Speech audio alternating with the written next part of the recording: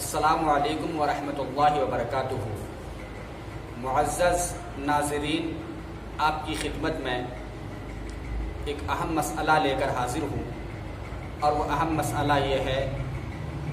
کہ کورونا کا ٹیسٹ جو کرایا جاتا ہے اس سے روزہ ٹوٹتا ہے یا نہیں۔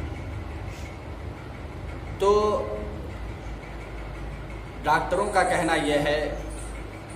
کہ جب کورونا ٹیسٹ کرایا جاتا ہے، کورونا ٹیسٹ کیا جاتا ہے تو روئی پائپ میں لپیٹ کر بغیر کسی دوا کے حلق میں ڈالتے ہیں، اسی طرح ناک میں ڈالتے ہیں، تو صرف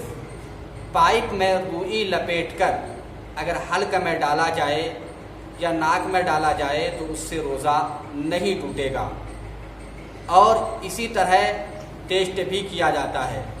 لیکن اگر ٹیسٹ کرنے کی صورت یہ ہو کہ پائپ میں روئی لپیٹی جائے اور اس روئی کے اندر روئی کے اوپر کوئی دوا لگائی جائے اور اس طرح سے حلق میں ڈالا جائے، تو اگر حلق میں اس دوائی کا اثر پہنچ جائے یا ناک میں ڈالا جائے اور اس کا اثر دماغ تک پہنچ جائے تو اس صورت میں روزہ ٹوٹ جائے گا، ورنہ صرف روئی لپیٹ کر اگر ٹیسٹ کیا جائے تو اس سے روزہ نہیں ٹوٹے گا۔ مجھے امید ہے یہ بہت اہم مسئلہ کی جانکاری آپ کو ہوئی ہوگی۔ اگر میری یہ ویڈیو آپ کو اچھی لگی ہے تو آپ اسے لائک کر دیں،